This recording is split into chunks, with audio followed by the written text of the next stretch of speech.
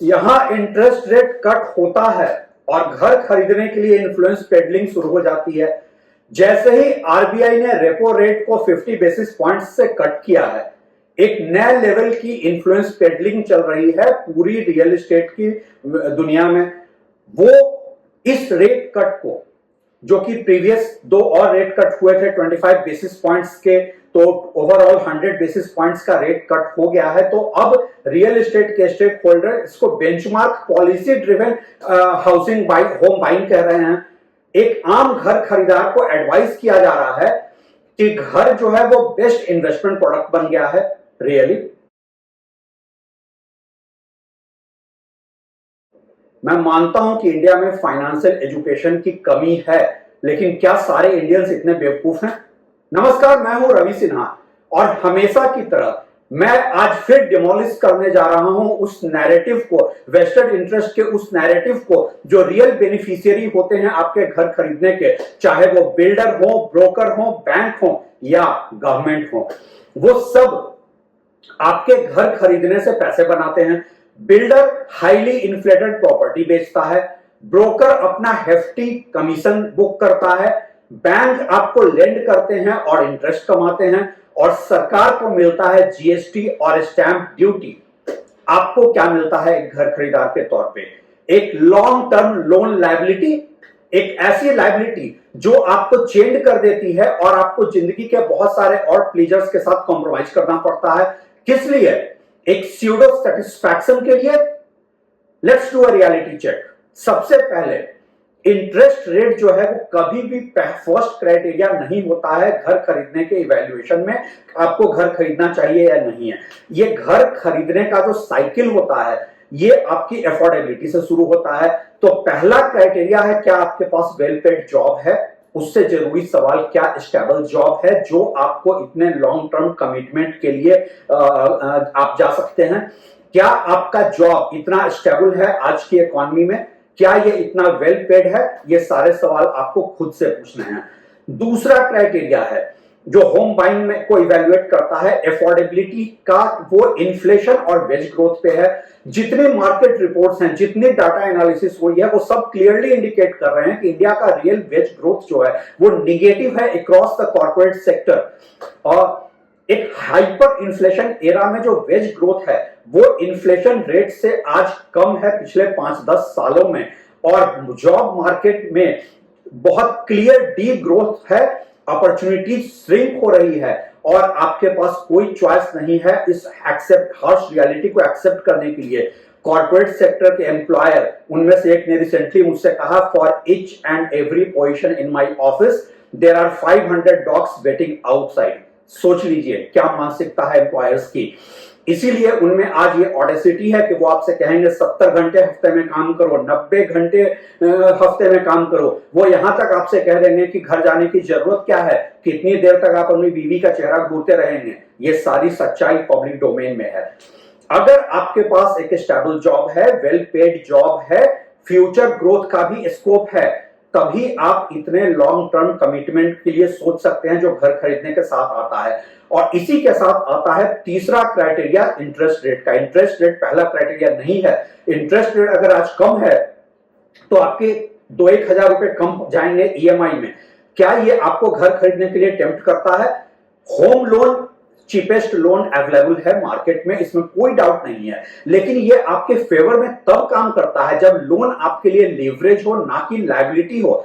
अगर आप घर खरीदने के लिए एक अमाउंट बोरो कर रहे हैं लेकिन आपके पास उतना अमाउंट पहले से है जिस पर आप कहिए 12 से 14% पैसे कमा रहे हैं और यहां आप 8% पे बोरो कर रहे हैं, तब तो ये लीवरेज है, नहीं तो ये लायबिलिटी है।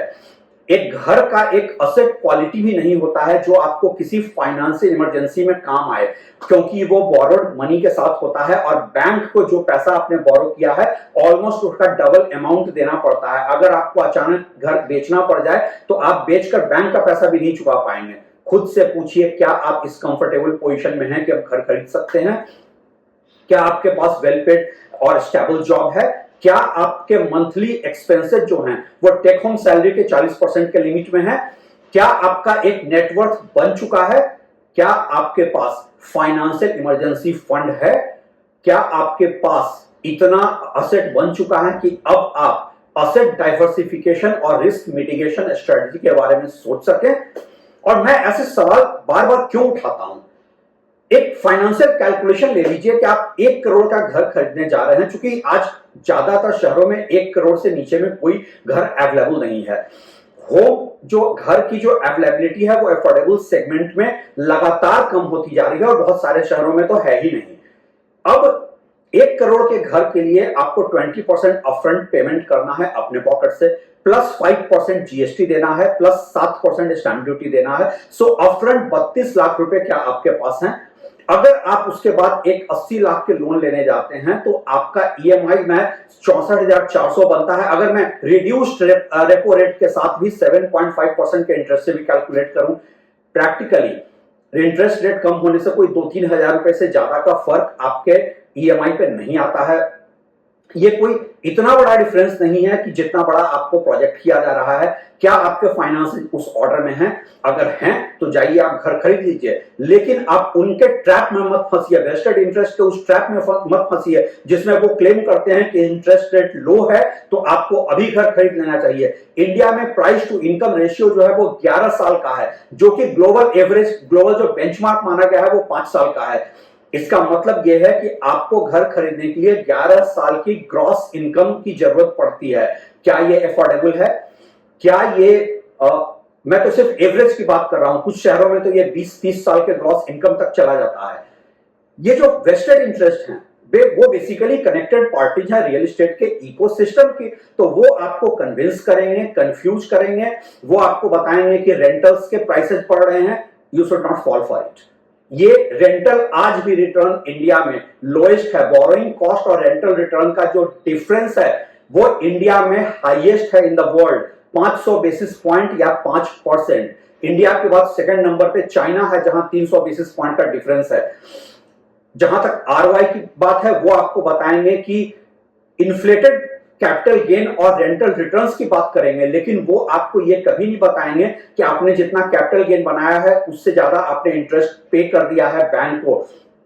वो रियल एस्टेट को दूसरे असेट क्लास के साथ कंपेयर करेंगे, रियल एस्टेट के इन्फ्लेटेड नंबर्स के साथ, बट वो आपको ये नहीं बताएंगे कि दूसरे असेट क्लास के लिए आप पैसा बोरो नहीं करते हैं और आप ग्रेजुअली असेट बनाते हैं, उतना ही बनाते हैं जितना आप अफोर्ड कर सकते हैं। Same thumb rule real estate में, होम बाइंग में, होम ओनरशिप में क्यों नहीं यूज होना चाहिए।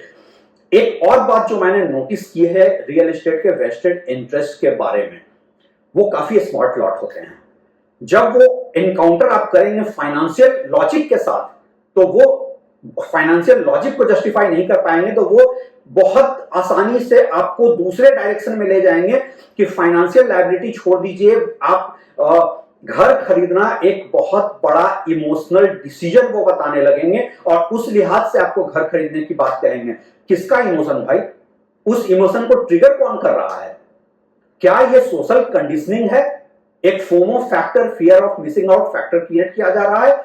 मैं इसको कहता हूं उधार का इमोशन, बोरोड इमोशन है ये इमोशन जो है वो बेसिकली एक हर्ड मेंटालिटी है। रियल एस्टेट स्टेक होल्डर्स जो हैं वो आपको ये भी लालच देंगे अपने नैरेटिव ट्रैप के साथ कि जेन जी जो है, यंग जनरेशन घर खरीद रहा है, होम ओनरशिप प्रोफाइल यंगर होता जा रहा है। अंडरलाइन मैसेज ये होगा कि अगर आपने घर नहीं खरीदा है तो आप लाइफ में फेलियर हैं। लेकिन मेरे लिए एक यंगस्टर जो फाइनेंशियल लिमिट को स्ट्रेच करके घर खरीदता है, बोरोड मनी के साथ, हेवीली बोरोड मनी के साथ घर खरीदता है, वो उतना ही बड़ा बेवकूफ है जितना बड़ा बेवकूफ वो यंगस्टर है जो 25,000 की सैलरी पे आप ईएमआई पर जाकर के आईफोन और लुई विटॉन लेकर घूम रहा है। ये जो बाय नाउ पे लेटर कल्चर है बहुत स्टूपिड फाइनेंशियल डिसीजन है। अनफॉर्चुनेटली जितने भी कनेक्टेड पार्टीज हैं रियल एस्टेट के, बिल्डर्स, ब्रोकर्स, बैंक्स, गवर्नमेंट, उन्होंने पूरी फाइनेंशियल मॉडलिंग ऐसे की है कि अगर आपके पास फाइनेंशियल नॉलेज नहीं है, उससे ज्यादा इंपॉर्टेंट फाइनेंशियल इंटेलिजेंस नहीं है, तो आप उनके ट्रैप में फंस ही जाएंगे। सिस्टम पूरा रिग्ड है दोस्त।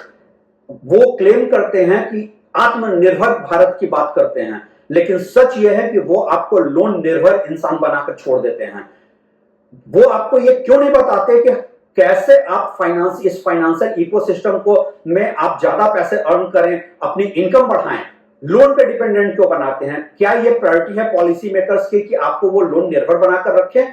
ऑलरेडी इंडिया में लोन डिफॉल्ट एक मेजर चैलेंज है और लोन डिफॉल्ट्स जो हैं बहुत तेजी से बढ़े हैं पिछले कुछ सालों में। सिचुएशन बहुत वर्स है इवन छोटे लोन्स के लिए, और क्रेडिट कार्ड लोन के डिफॉल्ट पिछले दिनों में 28% तक बढ़ गए हैं। हमारा domestic saving rate all time high है, gold mortgage all time high है, sorry domestic saving all time low है। क्या आप ऐसे मार्केट में ये अफोर्ड कर सकते हैं कि आप घर खरीदें? क्या इंटरेस्ट रेट कम होने से ये सारे प्रॉब्लम एड्रेस हो जा रहे हैं? हाँ, इंटरेस्ट रेट कम होने से स्टॉक मार्केट बहुत खुश है, लेकिन उन सीनियर सिटीजन्स का क्या जो फिक्स्ड डिपॉजिट पे जी रहे हैं, अपनी सेविंग पे, और उनके पास कोई और सोशल सिक्योरिटी नहीं है, क्या उनको भी एक घर खरीद लेना चाहिए एक अपने पूरे सपोर्ट कॉर्पस के साथ? ओह, मैं भूल गया था। मैं फिर से कहा जाऊंगा कि एक निगेटिव जर्नलिस्ट हूं जो हमेशा उनके ऑप्टिमिज्म में फ्लॉ ढूंढता है, वेस्टेड इंटरेस्ट के ऑप्टिमिज्म में फ्लॉ ढूंढता है। मैंने अपना फ्लॉ ढूंढ लिया, आपको बता दिया। Now I rest my case. Thanks for watching.